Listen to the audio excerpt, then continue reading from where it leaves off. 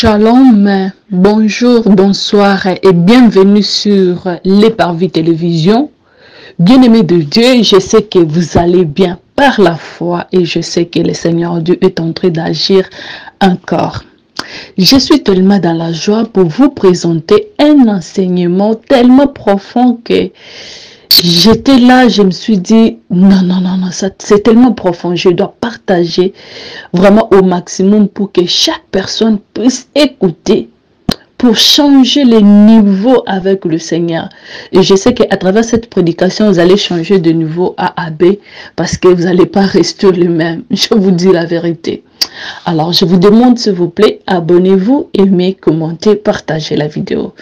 Nous sommes aujourd'hui avec les docteurs Atams Mboum. Vous les connaissez bien.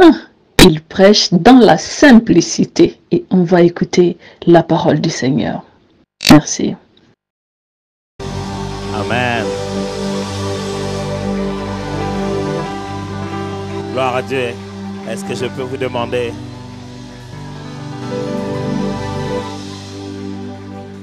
Je voudrais vous demander de vous rasseoir, s'il vous plaît. En tout cas, je ne sais pas si tout le monde a de la place. En fait. Merci beaucoup. Merci beaucoup, Chico. Merci à madame aussi. Merci à toute l'équipe de Deeper. Je crois que je vais apprendre à vous connaître tous un peu mieux. Pour l'instant, je connais ceux qui sont venus à l'aéroport. Ils m'ont même amené une fleur. Nous autres qui avons grandi à Ngaba, ceux qui ne connaissent pas Ngaba, vous devez attendre les fouilles archéologiques lorsque on publiera ça dans un document historique. Et on vous dira que le mot Ngaba vient des origines, des mots étymologiquement empruntés. Mais pour l'instant, sachez seulement que c'est Ngaba. Et ben donc, on n'a vraiment pas grandi avec avoir quelqu'un qui vous offre des fleurs. Et voilà. On voit ça seulement à la télé. Apparemment, je suis maintenant de l'autre côté, donc dans la télé. Merci beaucoup, c'était très très gentil.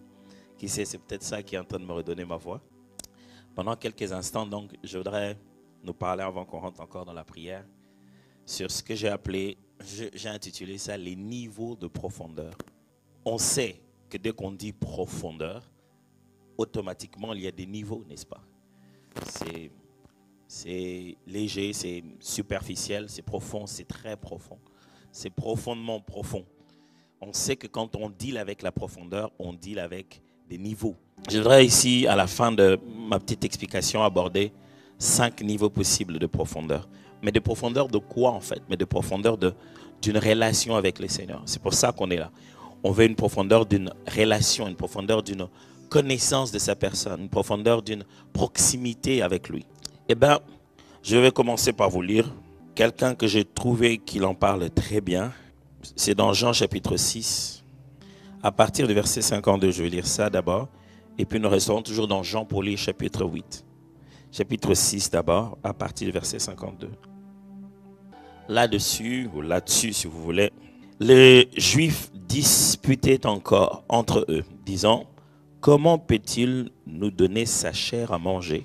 Et Jésus leur dit, « En vérité, je vous le dis, si vous ne mangez pas la chair du Fils de l'homme, et si vous ne buvez pas son sang, vous n'aurez point la vie en vous-même. » Vous savez, la Bible, c'est une chose biaise notre façon de comprendre la Bible parce que c'est comme un film qu'on a déjà regardé. Du coup, on connaît tellement comment ça va finir, on a perdu le suspense. Aujourd'hui, les lecteurs de la Bible sont comme des gens qui regardent un nouveau film, mais déjà spoilé. Vous voyez? Aujourd'hui, les gens ne veulent pas qu'on puisse spoiler les films, ils veulent aller suivre par eux-mêmes. Mais nous, on voulait qu'on puisse spoiler les films parce qu'on ne savait pas comment on allait le regarder. Donc, on avait des spoilers qui eux-mêmes étaient comme des chaînes de télé, qui vous racontaient parce que vous n'irez pas au cinéma. Et lui vous racontait, il imaginait des trucs, c'est là que voilà, on imagine des trucs comme quoi le footballeur Roi Pelé aurait joué un match, il a marqué 1000 buts. Il y a des histoires que vous n'avez pas entendues, bénissez les seigneurs pour ça. Et ce qui fait qu'on connaît tellement que l'acteur principal, le grand héros, c'est un certain Jésus qu'on a tué, après 3 jours il va ressusciter. On connaît un peu son enseignement. On sait tellement la fin qu'on a l'impression de connaître les débuts. Et quand on lit la Bible, on a l'impression de savoir ce qu'elle dit. Du coup, on ne sait pas lire en se détachant de la finalité. En se disant, je ne sais pas où m'amène cette histoire. On ne sait pas rester dans le suspense du moment. À peine qu'on est en train de lire le chapitre 6 ici, Vous êtes déjà au chapitre 21. Mais faites abstraction de ce qui va se passer. Restez seulement ici comme si vous ne saviez pas si le Black Panther va encore survivre. Oui, entrons dans cet univers-là. Ici, Jésus est en train de leur parler. Il leur dit, après avoir enseigné quelques jours, un bon matin, il leur dit, écoutez, si vous ne mangez pas ma chair, si vous ne buvez pas mon sang, vous n'êtes pas digne d'être mes disciples. Non, entre nous, sincèrement. Un gars qui n'a plus d'adresse, qui a commencé à drainer des foules. Un bon matin, il dit, si vous ne mangez pas ma chair, et vous ne buvez pas mon sang, vous ne pouvez pas être mon disciple. Sur YouTube, comment on va titrer ça? On commencera d'abord par urgent, urgent.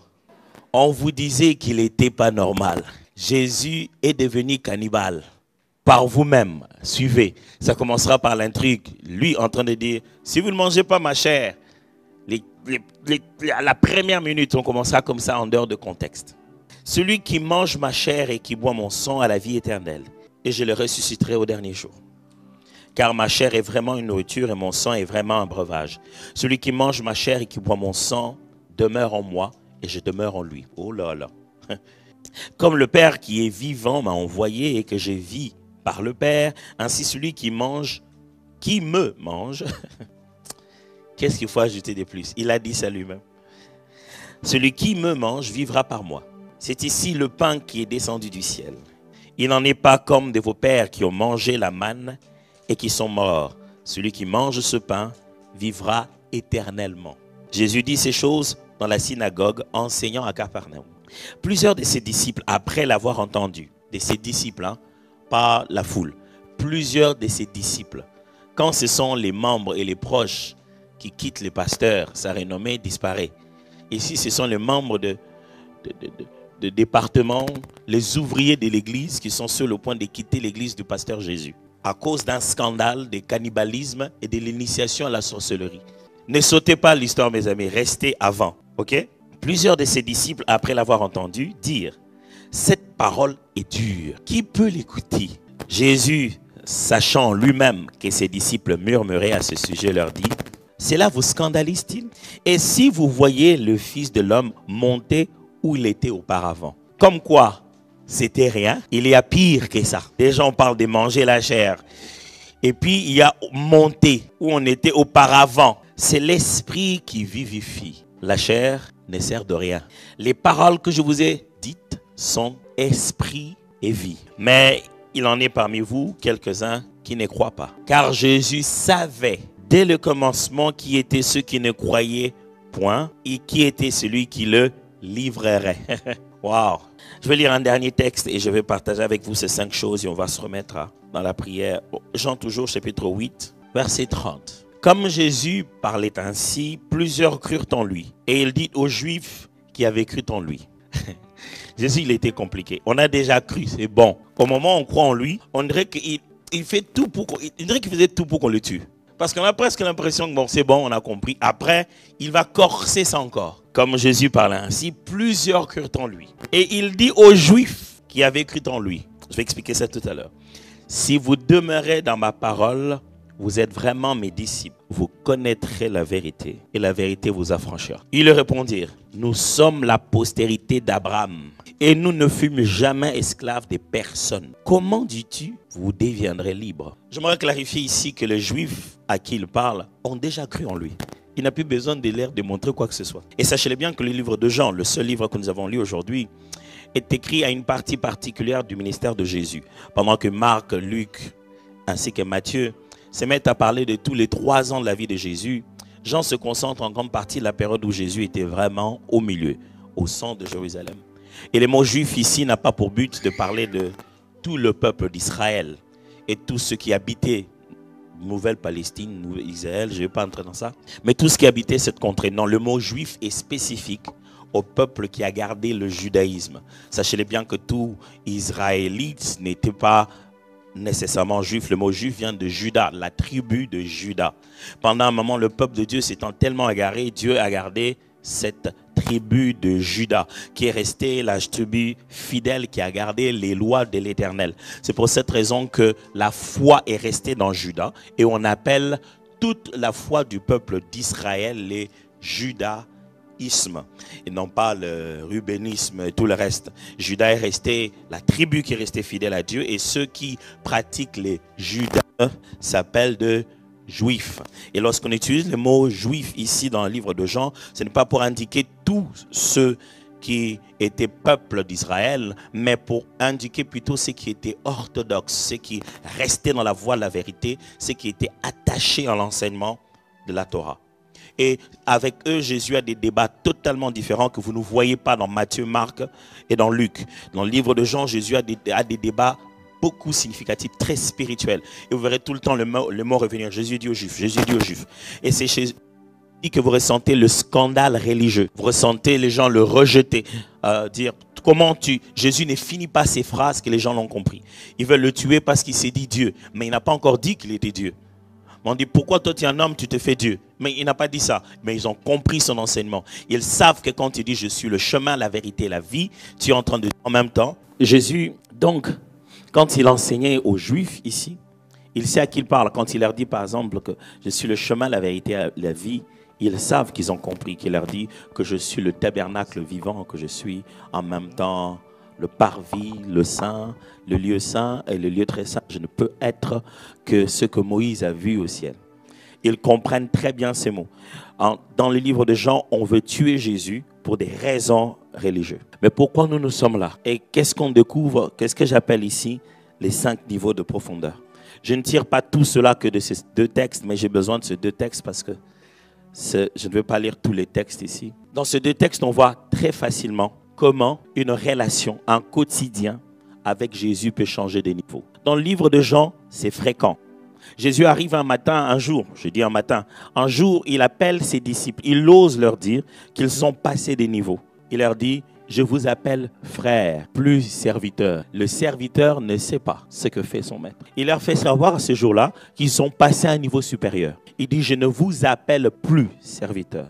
Mon frère, on devient plus profond dans la relation avec Dieu parce que nous l'appelons différemment. C'est quand lui nous appelle différemment. C'est pourquoi Paul résume ça en disant ceci. Il dit, la connaissance enfle, la connaissance rend orgueilleux. Ce qu'il faut, ce n'est pas connaître, mais être connu de lui. Dieu, dans sa relation avec nous, il sait que nous, on le connaît. On ne le voit pas. C'est à peine qu'on dit des choses qu'on ne sait pas. Mais c'est lui qui juge qu'on est passé d'un niveau à un autre. C'est lui qui dit, c'est bon, il y est. C'est lui le juge qui dit, il est passé à un autre niveau. Même quand on aura ressenti, même quand on dira non, mais ces derniers temps dans ma vie de prière, il est possible que le moment où tu sens que dans ta vie de prière, tu as grandi, tu es en train de passer encore le test. Et qu'au moment de ta vie de prière, tu as l'impression que tu as relâché, tu viens à peine de réussir. Parce que ça ne dépend pas de ce que toi tu ressens, ça dépend de comment lui t'appelle maintenant. Ce qui fait que dans notre foi chrétienne, on monte, si vous voulez, dans notre façon de comprendre Dieu. Mais les termes qu'on utilise ici dans ce ministère, dans ce travail, c'est qu'on creuse en profondeur notre relation. On va plus profondément dans notre relation avec Dieu. Et lorsque on commence cette relation de profondeur, le premier niveau, c'est simplement ce qu'on appelle de l'ignorance. Je ferai chaque fois 2 équivalents parce que le niveau de profondeur grandit avec le niveau de connaissance. Le premier niveau de profondeur, c'est ce qu'on appelle de l'ignorance ou simplement, on appelle ça de l'ignorance ou juste des assumptions. Pour dire qu'on connaît Dieu, on doit commencer d'abord par ne pas le connaître. Et il y a beaucoup de gens qui disent le connaître, qui sont en fait en train de dire combien ils ne le connaissent pas. Avant d'appréhender, de comprendre, de saisir une nouveauté, on commence par son ignorance. Toute première étape de la connaissance, c'est juste avoir des assumptions. Tu te dis que c'est que quelque chose qui n'est pas, mais tu te dis. Vous imaginez la première fois, nous en Afrique, on a vu une voiture, on a cru que c'était quoi? Imaginez un peu, ils ont appelé ça comment?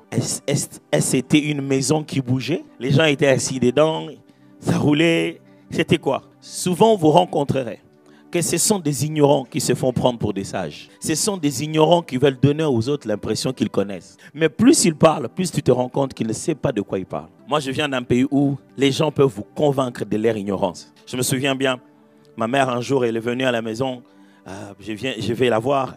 Elle m'a dit, mais tu sais, je ne sais pas si je vais croire encore au monde. J'ai dit, pourquoi? Il dit, mais j'ai vécu un truc. Je dis, quoi? J'étais dans un taxi, on appelle ça taxi-bus, donc le transport en commun. Et il y avait un monsieur devant moi qui m'expliquait ta famille. La famille de qui? Oui, toi, moi, oui. D'abord, il a dit que tu es aveugle, c'est pour ça que quand tu chantes, tu n'ouvres pas les yeux. Et puis, il a cité les membres de ta famille. Il m'a même cité. Ma mère s'appelle Pauline, alors son nom de famille, c'est Mpoutou. Il dit, ah, le fils de maman Mpoutou. Maman dit, ah. Il dit, oui, mais sa mère, elle vend des trucs là, à l'entrée de l'avenue et tout. Ah, c'est vrai. Nous, on appelle ça au coin. C'est tout un concept, le coin. C'est l'ancêtre du supermarché, l'ancêtre du mall.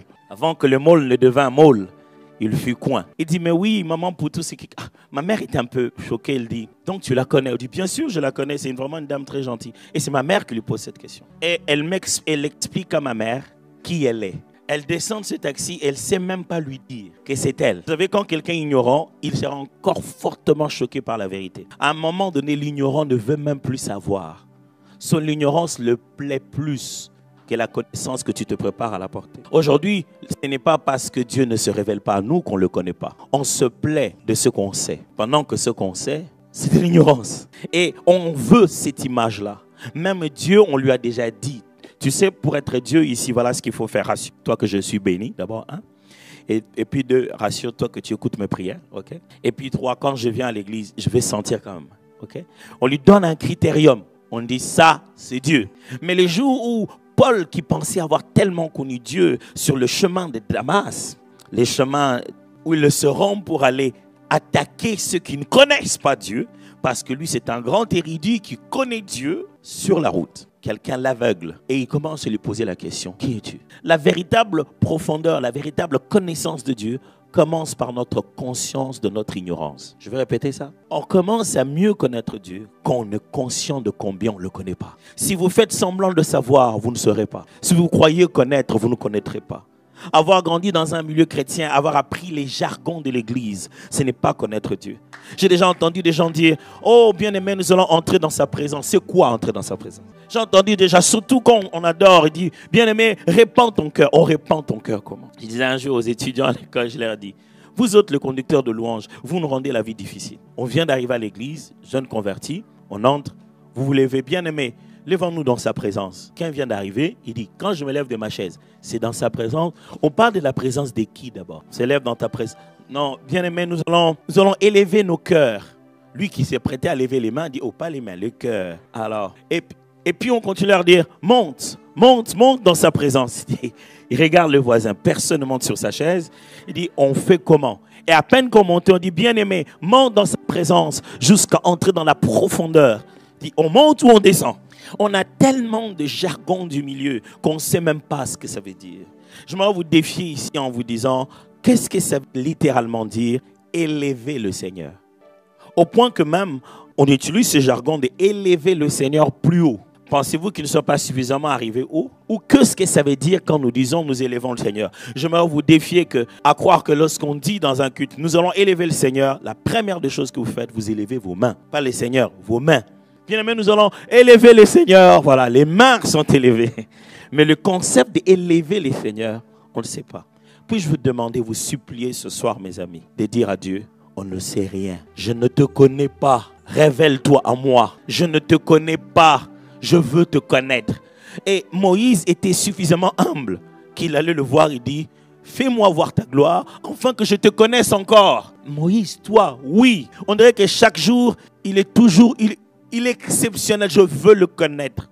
Au début de toute profondeur, on n'a que des assumptions, on n'a que des idées, on s'imagine que, et je peux déjà vous dire que la grande partie de ces idées sont fausses, sont archi fausses. Imaginez-vous que vous rencontrez un adulte âgé, trentaine, quarantaine, qui vous dit que s'il avale le grain qu'il y a dans son orange, il aura un arbre qui pousse sur sa tête. Ah, il y a d'autres qui ne savaient pas ça. En fait, si vous avalez les grains qui sont dans votre orange, ça peut faire pousser un arbre sur votre tête. C'est ce que nous avait dit qu'on était enfant. C'était le meilleur moyen de ne pas... Les parents, il n'y avait pas d'urgence où aller. Alors, si on avalait quelque chose de travers, il n'y avait pas déjà d'urgence médicale. Et t'amènerait où? Alors il te pose une connaissance qui devient ta véritable ignorance et qui te bloque dans tes faits. Le mal avec l'ignorance, c'est que l'ignorance te rend passif. Quand tu ne sais pas, tu ne fais pas. Tu ne peux pas te mettre à faire des choses que tu ne sais pas. Et beaucoup de chrétiens aujourd'hui sont passifs, c'est parce qu'ils ne connaissent pas. On fait beaucoup de débats à l'église inutilement, ils ne connaissent pas. Quelqu'un dit, non, on donne la dîme, on ne donne pas. Tu ne connais pas à qui tu parles. Tu ne sais pas de quoi il s'agit. Si tu savais de qui tu parles, tu savais de quoi on parle, tu savais de quoi il est question, on n'aura même plus besoin de cette question-là. J'aimerais vous poser une question ce soir. Êtes-vous passé par là? Si vous n'êtes jamais passé par un moment où vous prenez conscience de votre ignorance, ce que vous ne connaissez rien, c'est que jusqu'à aujourd'hui, vous êtes encore en plein dedans. Nous tous, on a toujours des zones d'ignorance. Croyez-moi. Et je suis ici, moi le premier. On aura toujours des zones d'ignorance parce qu'on ne connaît pas Dieu complètement. Alors, je vois que les théologiens de foi, ils nous inventent des termes à cause de nos frais académiques qu'on a payés. Comme ça, c'est un peu dur aussi comme science. Ils appellent ça l'inconnaissabilité de Dieu. Imaginez ça. Comment je vais expliquer ça à mes enfants? Il semble que Dieu ne peut pas être totalement connu. Donc, je ne peux même pas vous dire que moi, je le connais complètement. Mais lorsque vous commencez à perdre la conscience de votre ignorance de la personne de Dieu, vous avez arrêté votre voyage vers les profondeurs. Lorsque vous commencez à perdre ce fait que vous ne le connaissez pas complètement, vous vous arrêtez de vous approcher de sa profondeur. Vous stoppez le voyage. Vous vous dites, j'en ai pour mon compte, c'est bon. Je ne vais pas savoir ce que je ne sais pas, c'est bon. Celui qui est donc ignorant n'a que des assumptions. Il s'imagine que des choses. Il n'a reçu qu'un jour, j'ai posé une question aux étudiants en classe, je leur ai dit, si vous rencontrez un ange, il sera comment? On dit, bon, normalement il aura des ailes. Les anges dans la Bible n'ont pas d'ailes. Alors, ne confondez pas ça. Mais bon, je ne vais pas amener une autre confusion en plein milieu de 10 peurs comme ça. Aujourd'hui, on peut prendre juste cette partie-là, main, et on lance. Et personne n'a le temps de vérifier les Écritures. On va juste m'attaquer, moi. Et le jour où chacun connaîtra, etc. On ne fera pas une vidéo de correction. La Bible ne décrit pas des anges avec des ailes. Il y a d'autres types de créatures dans la Bible qui ont des ailes. Des séraphimes qui ont des ailes. Mais les anges, quand la Bible parle de leur apparition devant les hommes, c'est généralement des créatures que la Bible décrit comme si ils apparaissaient comme l'un d'entre nous. Ils étaient puissants, ils étaient glorieux, mais on ne parle pas nécessairement des ailes. Alors ça, c'est une longue histoire. Hein? Sachez que j'ai juste dit. Et en plus, ils me l'ont décrit avec des ailes. Pardonnez-moi de les dire, c'est rien à voir avec... Il n'y a rien derrière. C'est juste que c'est les faits que je raconte. Mais la plupart d'entre eux m'ont décrit un ange qui serait blanc, comme dans le film. Je leur ai dit, pourquoi les hommes de la Bible ne reconnaissaient pas des anges si facilement? Du bien, parce qu'ils apparaissaient comme des hommes. D'ailleurs, ils disent que l'homme de Dieu qui vous a visité revienne encore. C'est parce qu'ils apparaissaient comme l'un d'entre nous. Je dis, ok. Donc, tel qu'on est là tous, noirs, quelqu'un qui veut apparaître comme l'un d'entre nous, il vient blanc pour se faufiler dans la masse. Vous pensez que ça, c'est une bonne couverture? Mes frères, puis-je vous dire que Dieu n'est pas ce que vous pensez et que la première des choses à faire quand vous vous approchez de lui pour arriver à un niveau plus profond, vous puissiez vous dire, Dieu, j'abandonne tout ce que je savais. Fais-moi voir ta gloire, que je te connaisse tel que tu es. Dieu, je te permets de bouger les colonnes sur lesquelles j'ai bâti ma relation jusqu'ici. Je ne veux pas croire que je te connais. Je veux être connu par toi. Vous savez, quand vous avancez dans la présence de Dieu, au fur et à mesure où vous avancez et vous grandissez, vous allez commencer à découvrir votre vulnérabilité. Parce que le voyage que vous faites ne va pas vers la profondeur de Dieu. Le voyage que vous faites va vers la profondeur de votre être, jusqu'à savoir où est-ce qu'il a placé les divins en vous. C'est comme ça que plus vous avancez avec lui, plus vous vous rendez compte de combien vulnérable vous êtes. Vous êtes surpris, vous vous surprenez à être faible, en croyant que vous étiez si fort. C'est pourquoi Paul dit, ah, j'ai compris. Quand je suis faible, c'est alors que je suis fort. Quand vous avez quitté le niveau des assomptions, amen. C'est que vous n'avez pas beaucoup vu un prédicateur qui tousse, mais ça existe aussi. On l'appelle un tousseur. Vous arrivez au deuxième niveau qu'on appelle le niveau de l'information ou le niveau de l'hypothèse. Avant, vous ne savez pas. Maintenant, vous avez l'information. Vous vous dites que vous savez quelque chose. Le danger avec l'information, c'est que ce n'est que le point, le début du grand début du début. Mais nous, les hommes, on est épatés par l'information. On aime l'information. Aujourd'hui, d'ailleurs, les gens ne veulent pas connaître. Ils ne veulent pas surtout connaître la vérité. Ils veulent les infos. C'est pour ça que personne ne remarque que la photo ne dit rien. Donc, on a mis une photo qu'on a fait dire à la photo ce qu'on veut. Et tout le monde croit à ce qu'on a dit de la photo. Regardez cette photo. Certainement, il était en train de regarder d'un mauvais œil. Il était certainement en train de se dire vraiment pourquoi il fait ça. La photo n'a rien dit. Si vous vous regardiez vous-même quand vous avez faim dans un miroir, vous verrez que même vous aussi, vous avez l'air de soupçonner les gens. Vous regardez quelqu'un qui regarde son voisin comme ça. C'est comme s'il soupçonnait quelqu'un. Non, il a juste faim. C'est son regard et quand il a faim. Ce deuxième niveau s'appelle de l'information. On commence à créer des hypothèses. On est informé de la personne de Dieu. On peut lire dans un livre. On sait des choses. On connaît des termes. Un jeune homme, un jour, pendant que j'enseignais, il m'a posé des questions incroyables. J'ai vu qu'il a tellement lu des livres. Il m'a dit, voilà, j'aimerais quand même savoir au niveau téléologique du concept, que voudraient dire les 7 sceaux dans une dimension apocalyptique, dans un angle de vie eschatologique prémillénaire. Des fois, la meilleure réponse à ça, c'est « je ne sais pas ». Il n'y a rien de déconcertant comme ça quand tu lui dis « je ne sais pas ». C'est trop fort ce que tu dis. Et puis, je lui ai dit « mais mon ami, avant ça, est-ce que tu peux me dire, tu peux rapidement me citer les 12 disciples de Jésus ?» Il n'a pas dépassé 5. Entre-temps, dans les 5 qu'il a cités, il a cité Luc et Marc comme les 12 apôtres. Aujourd'hui, on pense que ce sont ceux qui ont plus d'infos, qui ont plus de connaissances, ceux qui ont fait la théologie, ceux qui en parlent avec. Je connais des gens qui ont perdu les relations par la théologie, qui sont partis par l'information en pensant aller rencontrer Dieu. L'information les a fait perdre la raison. Ce n'est pas avec sa tête que l'homme connaîtra Dieu. Ce n'est pas en ayant lu des livres que l'homme saura qui il est. Sachez-le bien, mes frères, ce n'est pas l'information qui améliore la relation. Vous savez, la plus grande erreur que les gens commettent quand on vient le voir, on dit, bon, écoute-moi, je vais t'épouser et tout, et tralala. Ouh, vous avez la chance aujourd'hui. C'est-à-dire que tu peux dire tous tes sentiments avec une seule image appelée emoji. Nous, il fallait absolument une lettre qu'il fallait aller déposer. Maintenant, vous, c'est avec un SMS. Des fois, il y a des gens qui n'écrivent rien. Image, image, image, image, image. Et tu vois quelqu'un qui rit et dit, pourquoi ça te fait rire? Vous savez, quand les gens veulent, ils se parlent de cette flamme, ils se parlent de cette relation, qu'est-ce qu'ils font après? Ils se disent, mais avant de te dire oui, je marque ma main, laisse-moi le temps de t'étudier. C'est ce que les filles font d'habitude. Et quand ils disent t'étudier, veut dire laisse-moi le temps de m'informer.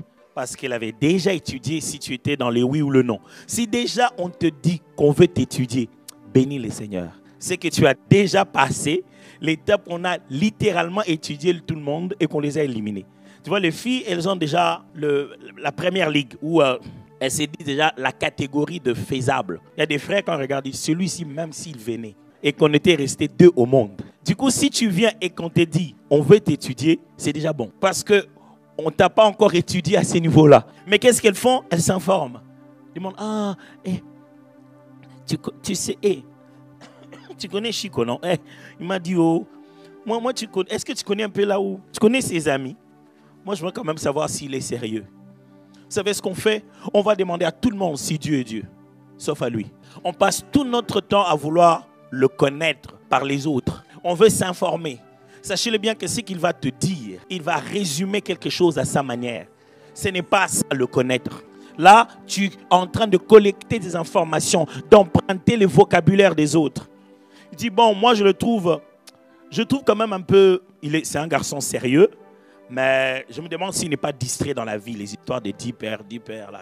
Sérieux, distrait, des mots que tu as empruntés de quelqu'un d'autre. Et nous sommes dans une génération qui a lu tellement de livres, et lorsqu'ils restituent les livres, et ce sont des bons lecteurs, ils vous parlent de ce que Béni a dit. Il dit, oh, moi vraiment quand je prie, je dis bonjour Saint-Esprit.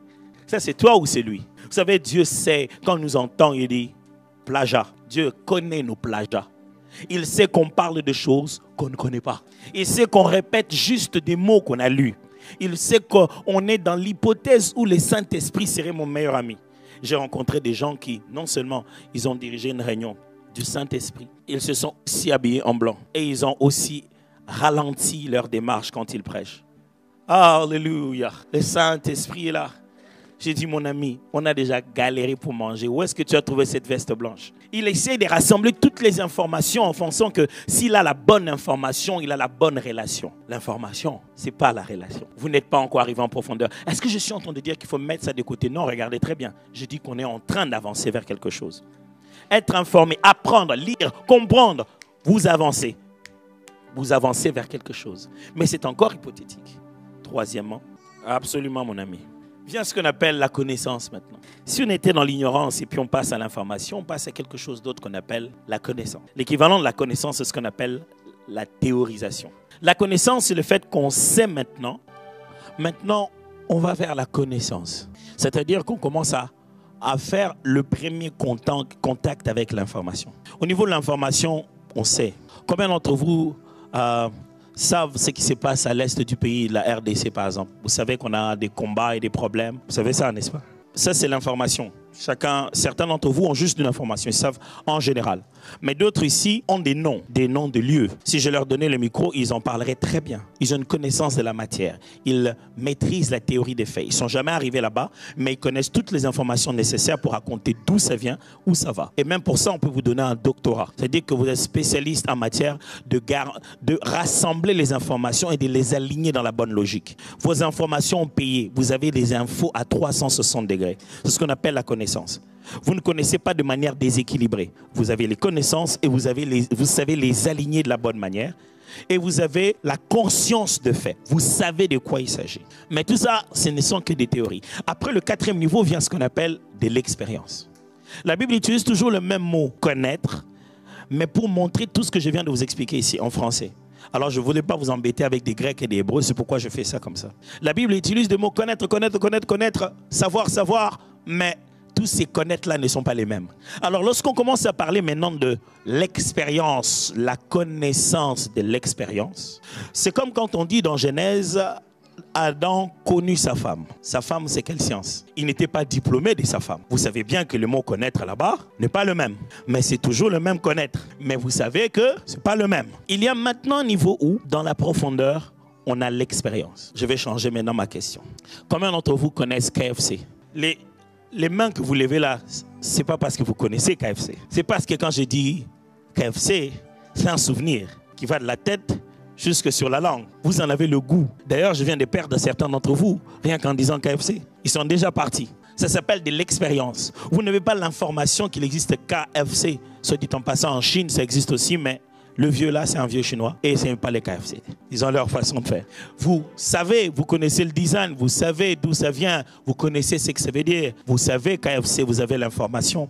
Mais après, vous avez une meilleure connaissance. Vous avez la connaissance Kentucky Fried Chicken. Vous connaissez d'où vient le général, quelle est l'histoire. Là, vous avez la connaissance. Mais après, vous pouvez ne pas connaître qui est derrière KFC. Vous ne savez même pas pourquoi le général, là, il a un œuf tout noir. Mais vous en connaissez le goût. Vous avez déjà mangé. Au point que vous pouvez manger un poulet quelque part, vous dites, ça ressemble du KFC. Et vous pouvez même aller manger un poulet quelque part, dire, ça, c'est quel genre de KFC? Ça ne ressemble pas. Vous en avez le goût. J'ai une question à vous poser. Est-ce que vous avez le goût de Dieu? Êtes-vous capable de vous dire, c'est bien, on a beaucoup pleuré, ce n'était pas Dieu. L'homme d'Hébreu appelle ça, vous avez maintenant atteint les discernements. Vous êtes arrivé à la maturité où vous avez la capacité de discerner. Vous n'êtes plus berné par des copies parce que vous en avez l'expérience. Vous connaissez de qui il s'agit. Vous savez très bien. Vous pouvez toucher, vous dire, je sais de quoi il s'agit. Parce que vous avez déjà goûté. Ce sont les genres de personnes qui sont capables de venir vous dire, dis-moi, c'était quoi? Non, mais depuis que je suis là, j'entends une voix qui me dit, Samuel, Samuel. Mais quand je viens chez toi, tu me dis, ce n'est pas toi. Il n'a pas entendu la voix, mais il la connaît. Et donc, il peut te dire, rentre. Quand tu entendras encore, dis, me voici, Seigneur. Il n'a pas entendu, lui, il est allé dormir. Les matins, ils se sont réveillés. Quand il l'a vu, il sait parle de ce qu'il a dit. Il a dit, dis-moi ce qu'on t'a dit. Moi, vraiment, quand Samuel s'est dit, non, il ne peut rien dire. Dit, je te jure, jure-moi. Dis-moi, n'aie pas peur. Comment tu sais qu'on m'a parlé? Je le connais. C'est pour cette raison que la Bible considère que quand quelqu'un a déjà fait l'expérience du Christ, il devient dangereux. Surtout quand il commence à se perdre, il va perdre beaucoup de gens. Pourquoi? Parce qu'il a quelque chose d'authentique. Il sait de qui il parle. Et l'authenticité de l'expérience parlera toujours au-delà des mots. Et même son silence s'impose. Vous savez, moi, avant de me marier, ça fait 16 ans maintenant. J'allais voir des fois des aînés, ils me disent, ah, tu veux te marier? C'est une bonne chose, tu vas voir. Hein? Le mariage, c'est bien. Le mariage, c'est pour des grandes personnes. Hein? Les mariages, c'est... Oui, tu verras. Le mariage, c'est... J'avais l'impression des gens qui ont vu quelque chose qu'on leur a interdit de dire. Chaque fois qu'ils parlaient, je sentais qu'ils me disaient plus que ce qu'ils disaient. Mais dis non, le mariage, il faut grandir. Hein. Le mariage, c'est pas pour le... Il faut grandir moi maintenant alors. Or, ils étaient en train de me dire, mon cher, voilà. Et je me suis rendu compte que même moi, je fais ça. Maintenant, quand quelqu'un se marie, je le regarde et je dis, oh, vraiment, c'est bien. On a tous les têtes des adultes qui essaient d'expliquer aux enfants. Vous voyez, quand un petit garçon vient vous voir, il dit, papa, comment maman est tombée enceinte? Tu le regardes. Tu dis, bon, va jouer. Parce qu'il y a un niveau que seule l'expérience peut te l'enseigner. Seulement le contact personnel. Ici, Paul, Saul encore, était arrivé jusqu'à la connaissance de Dieu, mais n'avait pas fait l'expérience de lui. Et ce jour-là, il a dit, qui es-tu? Il dit, je suis Jésus que tu persécutes. Oh. Le même Jésus-là, il pouvait aveugler aussi les gens. Oh, attention, attention. Toi, tu le voyais seulement avec sa tenue où il entrait dans les temples. Tu aurais dû être avec Pierre, tu aurais dû être avec Jean. Il pouvait te dire qu'il y a un moment où il devient tout brillant, que sa tenue devient d'une blancheur que tel un foulon ne peut rendre. Si tu l'avais vu à la montagne, tu aurais su que celui qu'on regarde dans nos yeux, il peut nous aveugler avec sa lumière. Mais toi, tu n'étais pas son ami avant. Mais tu veux faire croire à tout le monde que tu connais le Messie. Tu punis les gens parce qu'ils disent que Jésus est le Messie, parce que tu as cru qu'il était le charpentier. Maintenant, tu l'as vu comme il est. Dis-moi alors, c'est toujours quelqu'un pour qui tu dois punir. Cet homme qui tuait les autres est devenu prêt à mourir pour la raison pour laquelle il tuait les autres. Quand tu ne le connais pas, tais-toi. N'appelle pas fou celui qui exagère. Quelle est la limite? Qui t'a donné la limite? Est-ce que tu connais ça? Pourquoi tu appelles ça exagéré? Il a exagéré de quoi? Il a exagéré de quoi pendant qu'elle avait déjà atteint au-delà de la ménopause, 99 ans. Et lui-même dit, oh Seigneur, c'est bien l'idée là, mais Seigneur, mon mari et moi, on fera d'abord quoi pour avoir cet enfant? 89 ans. Seigneur, merci, c'est bon, c'est bon. Mais quand tu essaies de l'expliquer, si Sarah entre ici dans cette salle, vous direz, elle a une telle onction. Ouais. Parce que l'huile ne coule que quand on apprécie quelque part. Quand tu commences à entrer dans l'expérience, ça se dessine sur toi. Dieu n'aimait pas l'expérience dans nos cerveaux. Il est grave dans nos vies. L'expérience, ce sont des marques de ressuscité qui te montrent, regarde mes mains. Tu vois, je suis le même qui était mort. Le même qui est ressuscité. Je suis comme toi, mais quelque chose s'est passé. Et nous confondons l'expérience avec un autre mot qui est aussi expérience. On pense que lorsqu'on parle ici de l'expérience, on parle d'une réalité, d'une rencontre instantanée qui arrive à un moment. Non, j'étais en train de prier et j'ai vu des anges. Quand tu vois des anges, ça ne t'échange pas. Ça ne t'échange pas du tout. Ça ne fait rien. À l'instant où tu le vois, tu ressens une certaine gloire que si tu confonds, tu risquerais de les adorer. Parce que surtout, quand l'Éternel envoie un autre niveau de messager, quand ils arrivent, ils amènent cette force de sa présence, que tu risques même d'être agenouillé dans leur présence. Ça, ce n'est pas de l'expérience. C'est pourquoi ceux qui ont vécu de réalité spirituelle sont considérés parmi nous comme ceux qui connaissent le mieux Dieu. Et on leur a donné le droit de nous parler d'un Dieu qu'ils ne connaissent pas. Pourquoi? Parce qu'ils ont vu un ange. Seulement ça, oui. Ah, pourquoi? Parce qu'un jour un malade a été guéri à travers eux. Seulement ça, hein, oui. Donc, tu ne connais pas ce qu'on appelle Dieu t'a envoyé jusque devant Pharaon. Et puis, il a promis que demain, Pharaon va libérer le peuple. Et lui-même passe derrière toi, il endurcit le cœur de Pharaon. Et toi, tu vas dire aux gens, demain, vous allez sentir. Et demain, ils sentent que leurs travaux se multiplient par 10. Et que tu rentres devant le Seigneur, tu dis, pourquoi tu m'envoies et toi-même tu vas encore? Seigneur, tu m'as demandé de libérer le peuple et toi tu ne l'as pas encore libéré. Dis-nous, courage, ça va.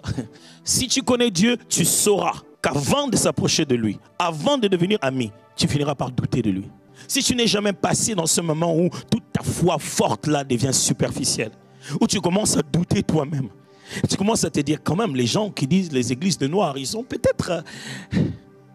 À un moment, tu te dis, est-ce qu'on ne croit pas juste à n'importe quoi? Si à un bon moment, tu n'as pas fait une petite rébellion, tu n'as plus envie de prier, c'est dans un temps là, tu écoutes la musique, à un moment même, tu as envie de te dire, ah, je vais écouter la musique, je ne vais pas même mourir. Tu as même envie d'attirer l'attention de Dieu en commettant des erreurs. Bon, si Dieu existe, si tu n'es pas encore arrivé là, tu ne sauras pas que même son propre fils a crié, Eloi, Eloi, lama sabachthani. Si tu n'as même pas senti un petit moment d'abandon, c'est que tu n'as pas l'expérience. Ceux qui connaissent Dieu, ils savent qu'à un moment donné, on a l'impression qu'il est parti. C'est pour ça qu'il dit, je ne t'abandonnerai jamais. Il te prévient, à un moment tu ressentiras à un moment donné que je ne suis plus là. J'ai une question pour vous. Est-ce que vous avez juste l'information ou vous avez l'expérience de Dieu? L'expérience de Dieu, c'est quand vous passez par une histoire où vous dites, vraiment, moi au Canada, je suis venu faire quoi? À un moment donné, vous dites, mais finalement, on dirait que j'étais bien là-bas. Vous commencez à changer des idées, vous dites, bon, Dieu, Vraiment, ce que tu dis là, ça se fera ici. Vous avez des promesses disant non, le Seigneur m'a dit je vais me marier. Tu te dis Seigneur, je regarde les nombres limités des frères disponibles. Lequel vas-tu produire à mon âge en ce moment? Là, vous commencez à entrer dans l'expérience de Dieu. L'expérience de Dieu passe par le brisement de votre caractère, la transformation de vous. Celui qui passe dans l'expérience de Dieu, c'est celui qui a envie de te dire j'ai changé. Hein? Parce que moi, quand quelqu'un dit qu'il a changé, c'est qu'il a changé. Parce qu'il dit, parce que moi-même, tel que je me connais normalement, non, aujourd'hui, je crois que j'ai changé. J'ai beaucoup changé. Si vous voulez savoir quelqu'un qui n'est plus profond dans sa relation avec Dieu, c'est qu'il ne ressent plus le besoin de changer. Quand quelqu'un pense qu'aucun caractère en lui n'a besoin d'être transformé, il a arrêté d'aller profondément dans la présence de Dieu. Sachez-le bien que tout ce que Dieu fait, donne autour de vous, c'est pour que vous puissiez devenir. Lorsque votre devenir ne progresse plus, vous avez arrêté d'aller en profondeur. J'ai une question pour vous. Vous devenez qui? Vous pensez vraiment que Dieu a quelque chose à voir avec les véhicules? Et quand il te promet de vouloir te donner le véhicule, ça a quelque chose à voir? Vous pensez vraiment que Dieu en a après quoi? Après un poste au travail? Vraiment le Dieu tout-puissant, tout ce qu'il fait, c'est entrer dans une entreprise pour te donner un meilleur poste. Tout ça n'a rien à voir. C'est toi qu'il vise. Il veut chaque fois te positionner à un endroit où tu vois un autre angle de lui et tu te dis, comment je ne ressemble pas à ça? Il faut que je devienne comme toi.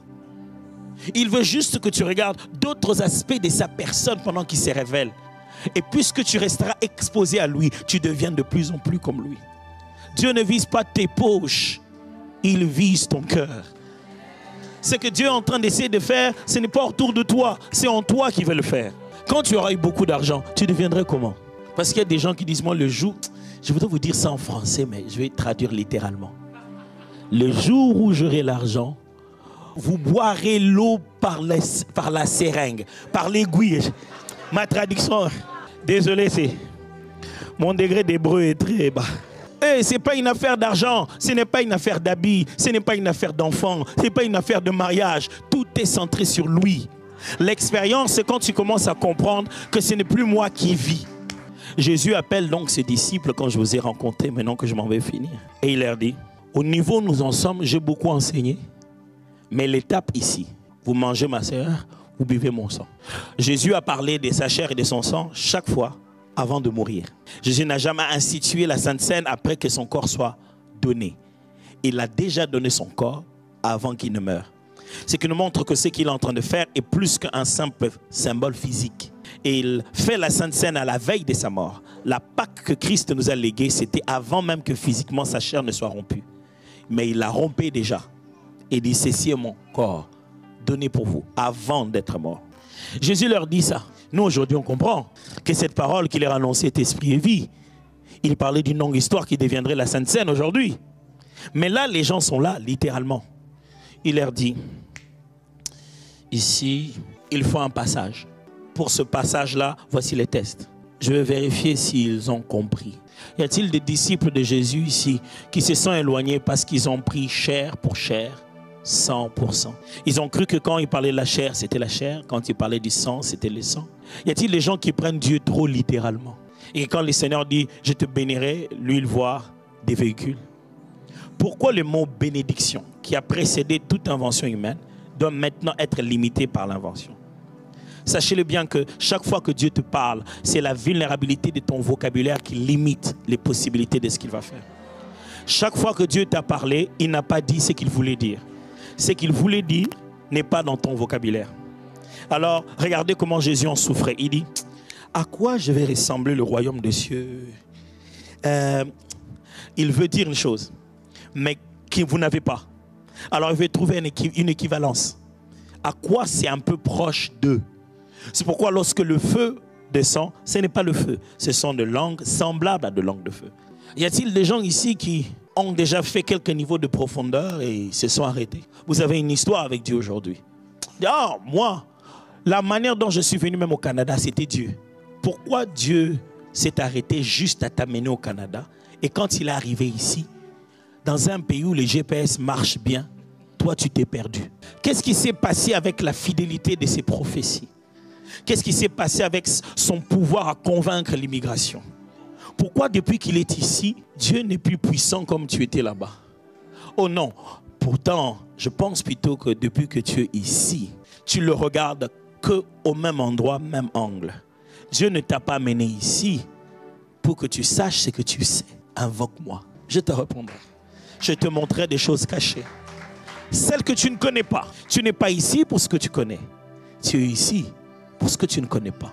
Tu n'es pas ici pour un Dieu que tu maîtrises. Tu es ici pour un Dieu que tu vas découvrir.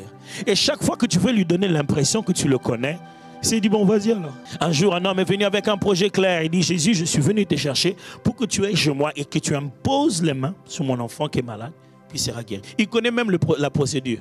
Donc, il n'est pas seulement venu chercher Jésus. Si Jésus pouvait détacher un bras miraculeux, le lui donner, il serait parti avec. Bon, pendant que Jésus est encore là-bas, il est encore en train de s'occuper d'une autre femme qui, elle n'avait pas besoin des mains. Elle dit, les pans de la robe, ça me suffit. Et puis les gens, les messagers, ils viennent, ils disent, mais écoute, arrête de déranger les maîtres. C'est bon, l'enfant est mort. En fait, on est venu lui dire, mon cher, courage, c'est bon, laisse-les partir. Il est prêt à le laisser partir. C'est à ce moment-là que Jésus lui dit, maintenant, allons. On dirait que tu n'as pas entendu ce qu'ils ont dit. Ils ont dit que l'enfant est mort. Il dit, oui, maintenant, allons. Pourquoi peux-tu croire que Dieu ne vient que dans des fêtes? Des fois, il vient au deuil. Vous savez, le deuil, c'est le seul endroit où tes ennemis vont venir sans invitation. C'est pourquoi pour sauver l'humanité, Jésus n'a pas organisé une fête. Il a plutôt fait une défaite. Et en donnant l'impression qu'il perdait, tout le monde était venu. Tous, tout le monde. Alors là, sa victoire serait claire. Est-ce que tu peux reconnaître que c'est lui, pendant qu'il marche comme un fantôme, que tout le monde crie, fantôme, comment quelqu'un marche sur l'eau? C'est le même Jésus. Est-ce que tu serais capable de reconnaître, après avoir parlé longtemps, des heures et des heures en chemin, qu'au moment où il va rompre le pain, au moment de manger, que les disciples ont reconnu? Oh, c'est... Et quand ils le reconnaissent, il disparaît. Est-ce que tu peux reconnaître dans ta douleur un Dieu qui se révèle? Dans ton échec, un Dieu qui réussit? Dans ta courbe, un Dieu qui est droit? Frère, il faut pousser un peu loin cette profondeur.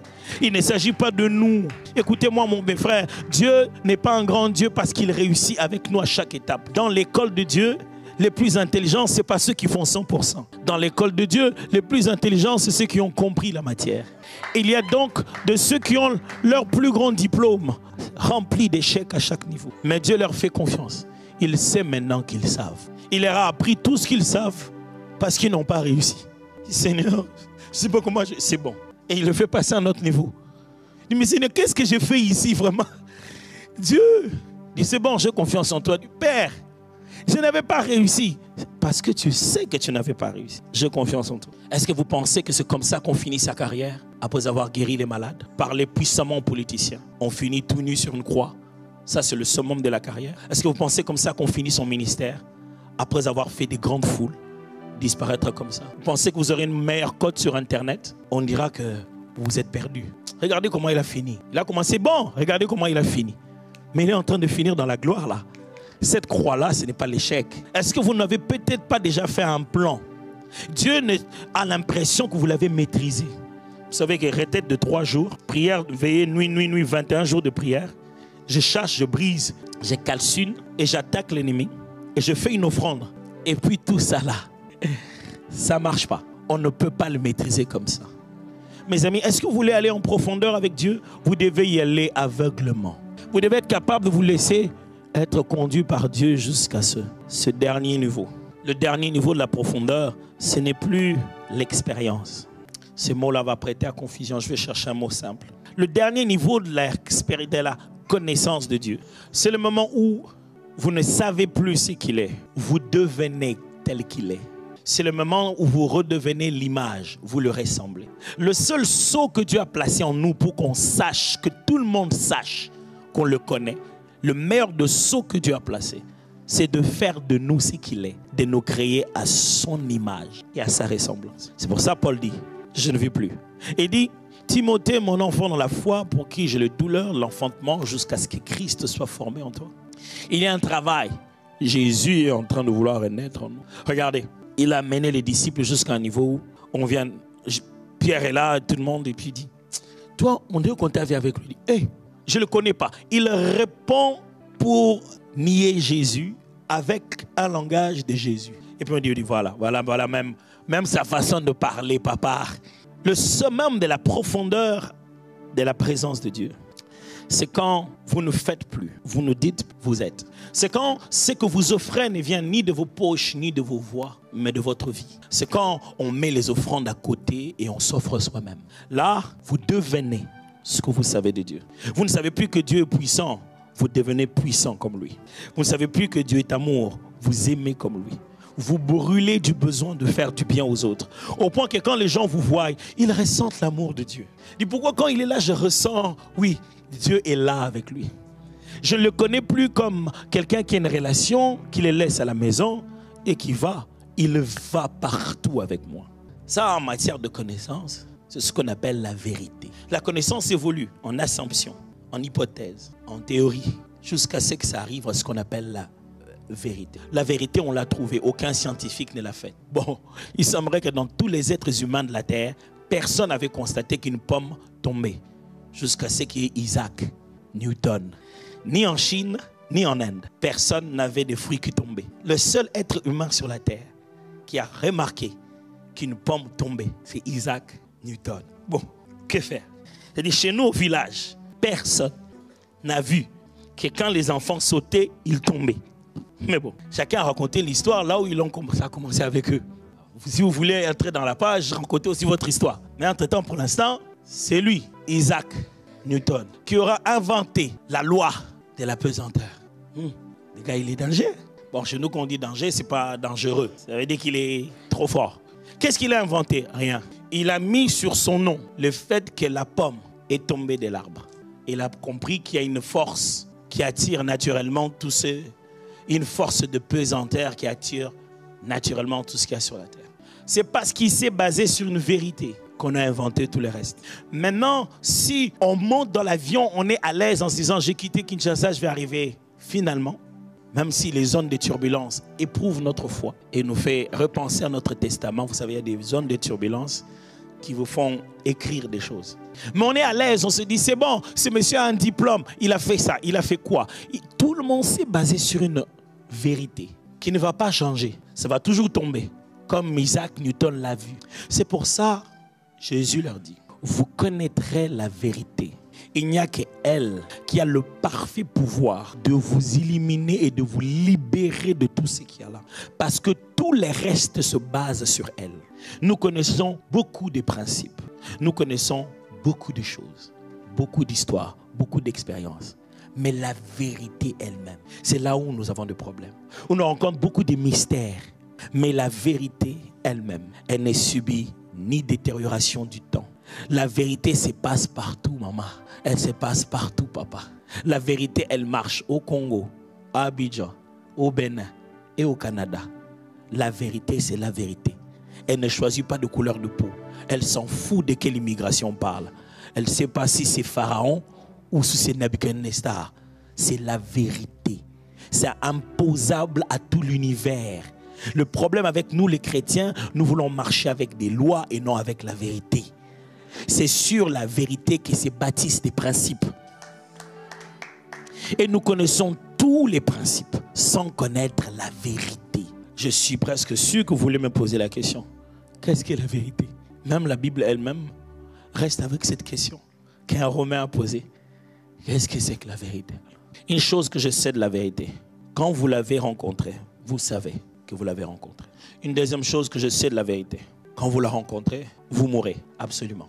Celui qui a rencontré la vérité, vous voyez qu'il est mort en lui-même.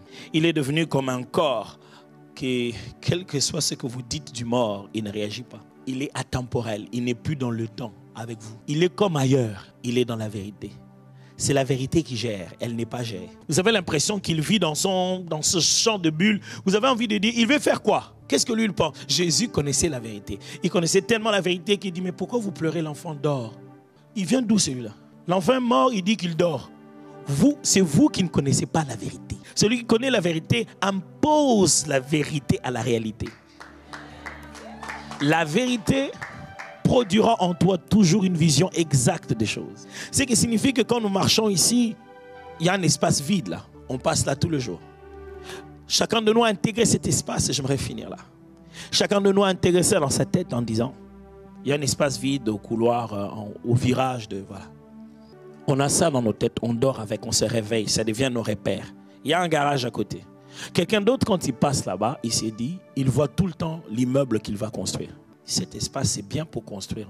Il rêve l'image, il dessine l'image, il demande le crédit pour l'image. Il construit l'immeuble.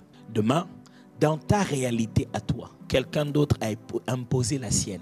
Tu ne pourras pas dire, ah, moi je n'ai jamais aimé qu'il y ait l'immeuble ici. L'immeuble est là. Et l'immeuble vient de la tête d'une seule personne. Et ce monde dans lequel nous vivons fonctionne comme ça. Au quotidien, certains prennent ce qui est à l'intérieur d'eux, l'imposent à notre quotidien. Et c'est eux qui gèrent tout le monde. Mais nous, qu'est-ce que nous faisons? Nous voyons ce qui est, nous l'introduisons dans nos têtes. Jésus ne fonctionnait pas comme ça. Quand il vient dans un deuil, ce n'est pas parce que vous êtes en deuil. C'est à lui de décider si vous êtes en deuil ou pas. Ce n'est pas parce que vous avez un corps que quelqu'un est mort. Ce n'est pas parce qu'il n'y a plus de bateau au quai qu'il ne peut pas vous rejoindre. Il s'en fout. Il fonctionne avec d'autres lois. On dirait que lui, Archimède aurait dû le voir. Il semblerait que tout corps jeté dans l'eau, subi des poussées. Ça, c'est ce que Pierre croyait. Et donc, quand il essaie de marcher sur l'eau, il commence à « Seigneur, aide-moi ». Il dit « Mais papa, même où, moi je marche comment ?» Il y a une chose que vous devez savoir, mes frères. Jésus n'a pas fait toutes ces choses juste parce qu'il était Dieu. Ce n'était pas ça le but de Jésus. Jésus n'était pas venu nous montrer qu'il est un Dieu puissant. Non. Jésus voulait nous montrer qu'il est le Fils de l'homme. C'est comme ça qu'il s'appelait. Il voulait nous montrer que ce qu'il fait, c'est ce que Dieu veut que l'homme fasse. Et c'est pour cette raison qu'il ne se glorifie pas d'être Dieu au début de son ministère. Il se glorifie d'être rempli de l'Esprit de Dieu qui est sur lui et qui l'a oint. Il dit qu'il fait tout ça parce qu'il a l'onction. Vous savez, cette histoire pour laquelle on prie en tombant, c'est avec ça que Jésus a marché sur l'eau. C'est avec ça que Jésus a guéri les malades. Et il est clair, l'Esprit de Dieu est sur moi, il m'a oint pour guérir les malades. Quand il nous a oint, nous, on a fait quoi? On est tombé. Parce qu'on ne connaît pas la vérité. On a l'information, mais on ne sait pas qu'est-ce qu'il fait. Qui vous a dit que l'onction ne marche pas au bureau? Les premières personnes à connaître l'onction dans la Bible, à connaître la notion d'être rempli du Saint-Esprit, c'était les catégories des architectes.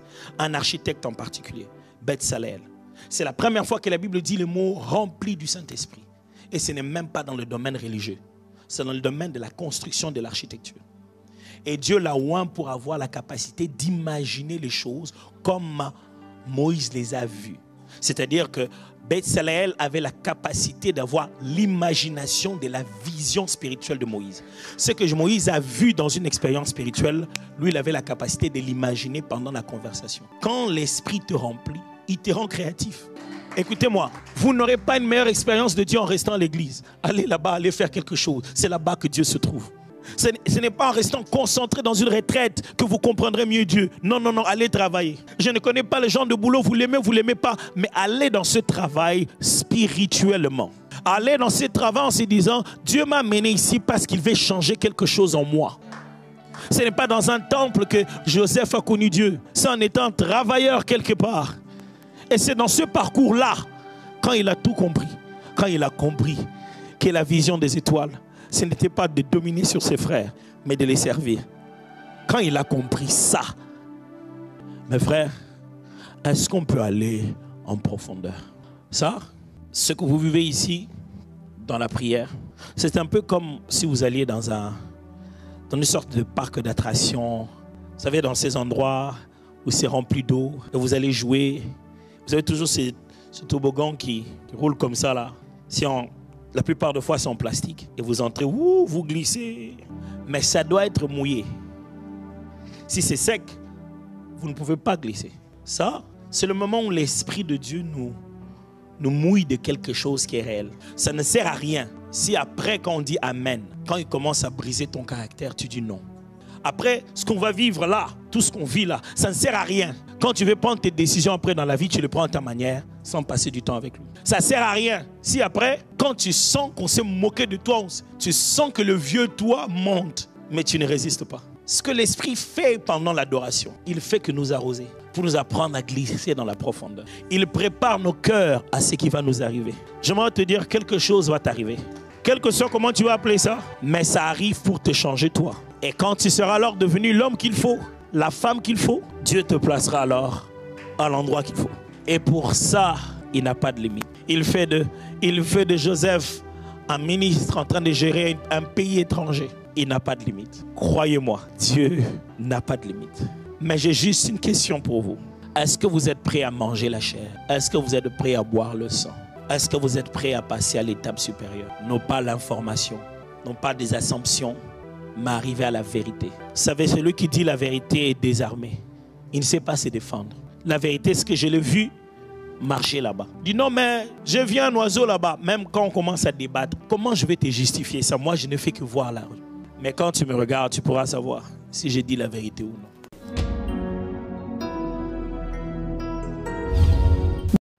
Là, on vient d'écouter la parole. Mes frères et sœurs, je manque de mots. Je demande qu'au Seigneur, Seigneur, aide-nous à changer notre façon de te considérer.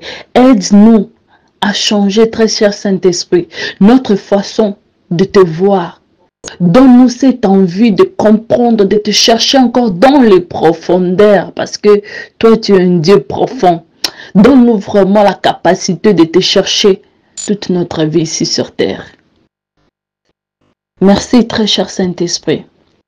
Merci parce que tu as touché, tu as transformé. Merci parce que tu continues toujours d'agir. Merci parce que tu es avec nous. Alors, mes frères et sœurs, je vous dis merci beaucoup parce que vous étiez là. On vient d'écouter la parole de Dieu. Mettez ça en pratique et le Saint-Esprit va vous donner encore la force et le niveau doit changer. Ça, c'est sûr. Que le Seigneur vous bénisse. On se voit prochainement. Bye.